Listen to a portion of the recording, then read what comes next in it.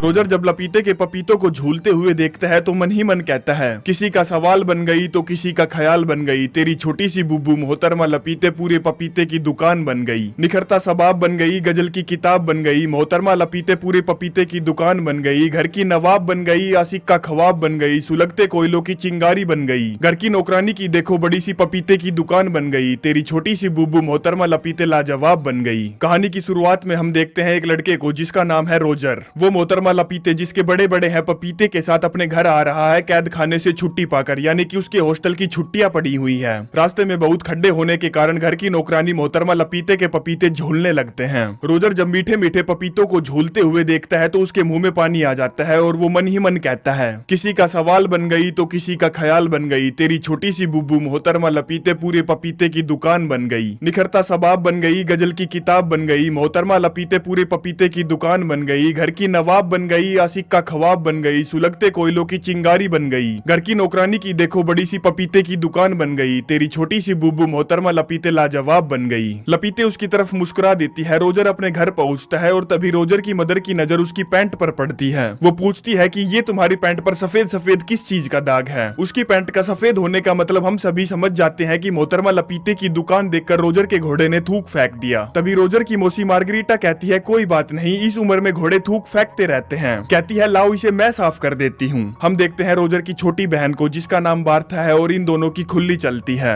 बार्था Roger को घुमाने के लिए जंगल में लेकर जाती है। रोजर को यहाँ पर मोहतरमा लपीते मिलती है। वो रोजर को अपने फलों की टोकरी थमा देती है और वहीं पर खड़ी खड़ी मूद देती है। बाकी मेरे नजरिए से ऐसा करना पॉसिबल नहीं लड़कियों के लिए। अगर वो खड़ी खड़ी ऐसे करेंगी तो उनकी सुसु उनकी टांगों से बहकर उनके जूतों में घुस जाएगी। चलो छोड़ो इस बात को, हम आगे बढ़ते हैं। ये सब देखकर रोजर चौंक जाता है। कहता है, बहन की टैट, ये मैंने क्या देख लिया। क्योंकि मोहतरमा लपीते ने अपनी गुफा के दरवाजे पर पर्दा नहीं टांगा था, यानी कि कच्छी नहीं पहनी थी। आगे एक दिन रोजर जंगल में अकेला घूम रहा था तो उसे आह ऊह की आवाज आती है। वो सोचता है किसी को चोट लगी है, मदद की जरूरत है, इसीलिए वो चेक करने के लिए जाता है और पाता है कि उसके घर की मेड मोहतरमा उर्सुला को किसी ने दबोच रखा है और उसके रेस कोर्स पर अपने घोड़े की दौड़ लगवा रहा है। ये देखकर फिर से रोजर चौंक जाता है और मन ही मन कहता है, तेरे रेस कोर्स पर मैं अपना घोड़ा दौड़ा दूं, आजा तुझको मैं जन्नत की सैर करा दूं, मेरे घोड़े की सांसों में घुल जाने दे धूल, आ तेरे रेस कोर्स पर मैं अपना घोड़ा दौड़ा दूं, आग लग रही है मेरे घोड़े में, सुलग रहा हूँ बरसते सावन में, चलो ना पूरी तरह से बहक जाते हैं, आज अपनी ताकत आजमाते हैं। मोहतरमा उर्सुला उसकी तरफ हंस देती है। अब रात हो जाती है तो सभी लोग डिनर करते हैं। डिनर करने के बाद रोजर अपने कमरे में सोने के लिए जाता है। तभी उसे बाहर लॉबी से कप प्लेट बजने की आवाजें आती हैं। वो तुरंत जाकर चेक करता है और देखता है कि उसके घर की मेड किसी के दरवाजे के आगे झुकी हुई है और कोई पीछे से रूम के अंदर से ही उसका गेम बजा रहा है। काम पूरा होते ही दरवाजा अंदर से बंद हो जाता है और मेड वहां से चली जाती है। ये सब देखकर रोजर का घोड़ा दौड़ लगाने के लिए पूरी तरह से तैयार हो जाता है। वो अपने घोड़े को शांत करते हुए बिस्तर की तरफ बढ़ता है तो वहां पर वो अपनी छोटी बहन को पाता है। वो पूछती है, तुम्हारे पजामे में क्या है? वो कहता है, कुछ नहीं, बस मुझे सोने दो। छोटी बहन पूछती है, क्या तुमको लगता है हमारी मौसी मार्गरीटा खूबसूरत है? वो कहता है, हाँ। छोटी बहन मार्था बताती है कि मौसी मार्गरीटा का रेस कोर्स बिल्कुल न्यू है, किसी भी घोड़े ने आज तक उनके रेस कोर्स पर दौड़ नहीं लगाई, यानी कि वो अभी तक सील पैक है। रोजर पूछता है, तुम्हें कैसे पता कि उनका रेस कोर्स बिल्कुल न्यू है? मार्था बताती है, हमारे घर की मेड जब बाकी मेड्स को बता रही थी तब मैंने सुन लिया था। रोजर पूछता है कि फिर अभी तक उन्होंने शादी क्यों नहीं की? मार्था बताती है कि उन्हें मर्दों के घोड़े से डर लगता है। रोजर पूछता है, पर वो तो मिस्टर फ्रैंक पर लट्टू है। मार्था कहती है, मिस्टर फ्रैंक तो हमेशा दूरबीन से ऊपर तारों की खोज में लगे रहते हैं।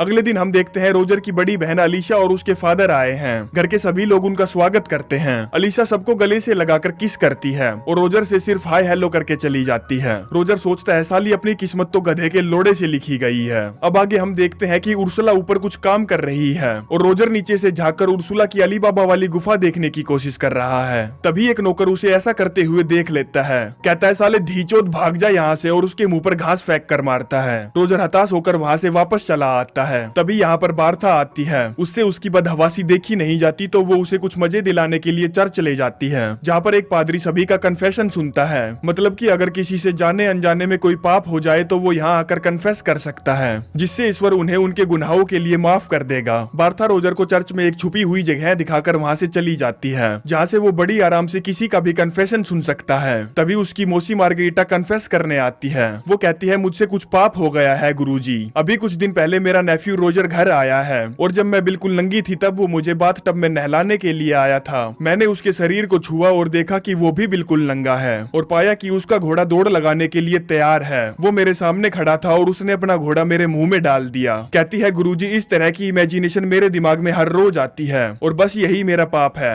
ये सुनकर ऊपर छुपा रोजर चौंक जाता है। तभी अचानक से वो ऊपर से नीचे गिर जाता है। पादरी उसे पकड़ लेता है और उसे सभी घर वालों के सामने पेश करता है। रोजर की मोम इन सभी मामलों में बहुत सख्त थी तो वो अपनी बहन मार्गरीटा से उसके चूतड़ों पर 10 जोरदार संटियां पिलवाती है, जिसके बाद रोजर अपने रूम में जाकर रोने लगता है। तभी उसको फिर से वही कप प्लेट की खनखनाट की आवाज सुनाई देती है। वो लपक कर देखता है कि घर की मेड हिलन को किसी ने पीछे से दबोच रखा है और उसके रेस कोर्स पर अपना घोड़ा दौड़ा रहा है। लेकिन रोजर को ये नहीं पता चल पाता कि उस घोड़े का मालिक कौन है। परंतु इस बार रोजर के साथ साथ मिस्टर फ्रैंक भी घोड़े की दौड़ देख रहे थे। रोजर उनको देख लेता है। मिस्टर फ्रैंक वहाँ से तुरंत भाग जाते हैं। तभी वहाँ पर उर्सुला पहुँचती है। पूछती है अभी भी चूतड़ों में दर्द हो रहा है तो वैसलीन लगा दूं? वो मना कर देता है और पूछता है कि हिलन यहाँ पर हर रोज कप प्लेट लेकर आती है और ना जाने कौन उसका गेम बजा देता है। उर्सुला कहती है ये कॉन्फिडेंशियल है, इसका रहस्य एरिया 51 की तरह है जिससे कभी भी पर्दा नहीं उठेगा। आगे इस रहस्य से पर्दा हटाने के लिए वो मिस्टर फ्रैंक के पास जाता है क्योंकि वो भी तो ये घोड़े की दौड़ देख रहे थे। वो देखता है कि मिस्टर फ्रैंक अपनी दूरबीन से तारों की खोज में लगे हैं। मिस्टर फ्रैंक जैसे ही रोजर को देखते हैं चुंधिया जाते हैं और वहाँ से 9-2-11 हो जाते हैं। तो रोजर दूरबीन से देखता है कि आखिरकार मिस्टर फ्रैंक दूरबीन से देखते क्या हैं। वो दूरबीन से देखता है तो पाता है कि 2 सांप बुरी तरह से आपस में लिपटे हुए हैं और घचाघच कर रहे हैं। रोजर को वहाँ पर एक किताब मिलती है। वो जैसे ही उस किताब को खोलकर देखता है तो पाता है कि उसके अंदर सविता भाभी की कहानियां लिखी हैं। रोजर उस किताब को दुबका लेता है और वहाँ से निकल लेता है। वो ऊपर से नीचे आ रहा था तो उसे अपनी मोम के कमरे में से कुछ आवाजें सुनाई देती है। क्या चल रहा है ये देखने के लिए वो की होल से झांकता है। लेकिन तभी उसकी बड़ी बहन अलीशा का मंगेतर उसे ऐसा करते हुए पकड़ लेता है। वो कहता है कि मैं तुम्हारी ये हरकत सभी को बताऊंगा। रोजर उसके सामने मिमियाने लगता है। कहता है प्लीज किसी को मत बताना, मैं तुम्हारे सारे काम करूंगा, तुम कहोगे तो मैं तुम्हारे चुत्तड़ भी साफ करूंगा। अगले दिन हम देखते हैं कि वो रोजर से अपने चुत्तड़ तो साफ नहीं करवाता पर अपनी चुत्तड़ जैसी गाड़ी जरूर साफ करवाता है। जिसके बाद रोजर सविता भाभी की कहानियां पढ़ने के लिए घोड़ों के अस्तबल में जाता है। तभी वहाँ पर एक मजदूर आ जाता है जिसे देखकर वो छिप जाता है और इतनी ही देर में घर की मेड हिलन मुर्गियों को दाना डालने आती है। वो मजदूर बड़ी ही चालाकी से उसको वहाँ फंसा देता है और पीछे जाकर उसके मैदान में अपना घोड़ा दौड़ाता है। तबड़क तबड़क तबड़क तबड़क तबड़क तबड़क। हेलन उसे जोर जोर से चिल्लाकर कहने लगती है छोड़ दो मुझे, छोड़ दो,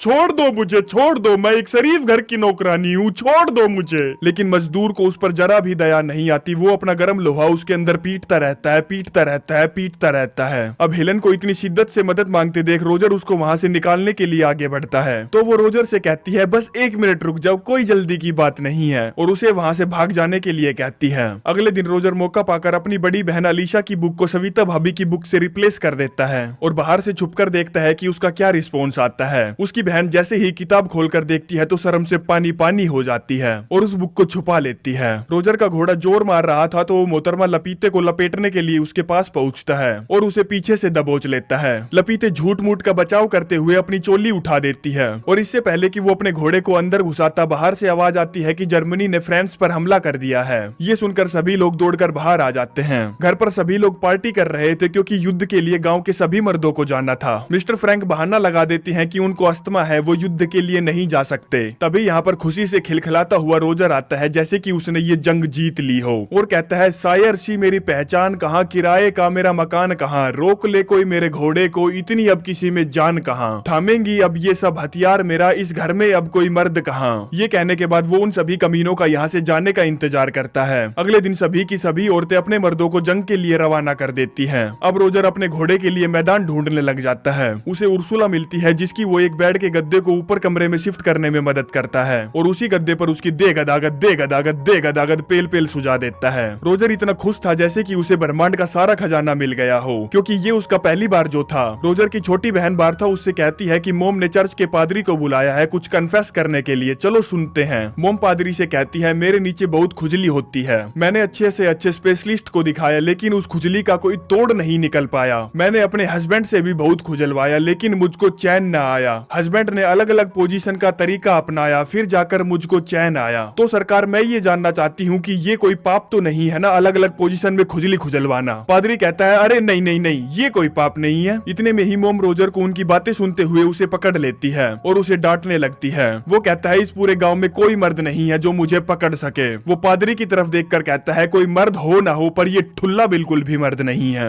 आगे हम देखते हैं घर की सैफ घाट के किनारे बैठी है। रोजर वहाँ जल परे की तरह पानी के अंदर से जाता है और उसके सामने नंगा खड़ा हो जाता है। वो उसका घोड़ा देखकर मंत्रमुग्ध हो जाती है और रोजर को अपनी घाट का पानी पिलाती है। रात में हम देखते हैं कि रोजर अपनी मौसी मार्गरीटा के रूम में जाकर लेट गया है। मार्गरीटा पूछती है तुम यहाँ पर क्या करने आए हो? वो कहता है मैं तो गुड नाइट बोलने आया हूँ। मार्गरीटा बोलती है गुड नाइट, अब जाओ यहाँ से। वो मौसी से कहता है तुम वर्जिन कैसे हो सकती हो, अब तो मैं भी वर्जिन नहीं रहा। और कहता है कर दे नजरे करम मुझ पर, मैं तुझ पर अपने सामान की बौछार कर दूं, दीवाना हूँ तेरा, पेल पेल तेरी लाल कर दूं। बस फिर क्या था, देगा पागप रोजर उसकी लाल कर देता है। आगे वही कप प्लेट वाली हिलन फिर से आती है लेकिन कोई भी दरवाजा नहीं खुलता तो वो रोजर के रूम में चली जाती है। रोजर उसको उसी के स्टाइल में पीछे से पेल देता है। दूसरी तरफ हम देखते हैं कि रोजर की बड़ी बहन घोड़े के अस्तबल में जा रही है तो रोजर भी वहाँ उसके पीछे पीछे पहुंच जाता है और उससे कहता है तुम परेशान लग रही हो, लाओ तुम्हारे पैर दबा दूं। वो उसके जूते उतारता है और उसके कपड़े उतारने लगता है। वो पूछती है तुम ये क्या कर रहे हो?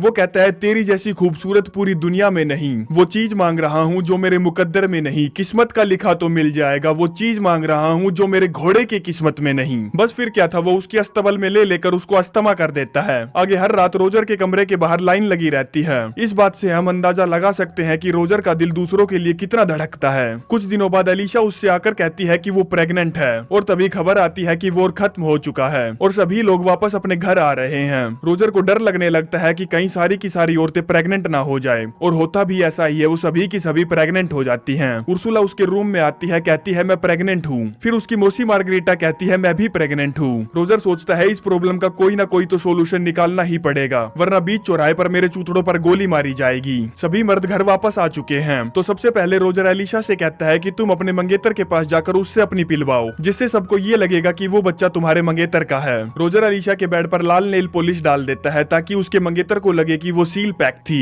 आगे वो मार्गरीटा को बुलाता है, कहता है कि तुम मिस्टर फ्रैंक के साथ चांद तारों की सैर पर जाओ और पानी की खोज करो ताकि वो बच्चा सबको मिस्टर फ्रैंक का लगे। रोजर उर्सुला के पास जाता है और देखता है कि उर्सुला ने तो पहले से ही अपने लिए एक काना ढूंढ रखा है और वो तीनों एक साथ यहीं पर शादी कर लेती हैं। रोजर ने अपने सारे दुष्कर्म छिपा दिए थे तो वो चैन की सांस लेता है और एक बार फिर से कप प्लेट वाली के साथ चाय पीता है। कुछ दिनों बाद सभी के पेट गुब्बारों की तरह फूल जाते हैं। रोजर की छुट्टियां खत्म हो गई थी तो वो अपने हॉस्टल जाने के लिए तैयार होता है। तभी वो कप प्लेट वाली मेड रोजर के पास आती है, कहती है मैं भी प्रेग्नेंट हूँ। रोजर कहता है कि तुम्हारे लिए भी अब पति ढूंढना होगा। वो कहती है टेंशन नोट, मुझे तो कोई भी अपने रूम में अंदर खींच लेता है, मैं तो ये बच्चा किसी का भी बता दूंगी। जिसके बाद रोजर अपने बच्चों को यहीं छोड़कर हॉस्टल के लिए रवाना हो जाता है और ये कहानी यहीं पर समाप्त हो जाती है। इसी के साथ चलते हैं, मिलते हैं नेक्स्ट वीडियो में। धन्यवाद।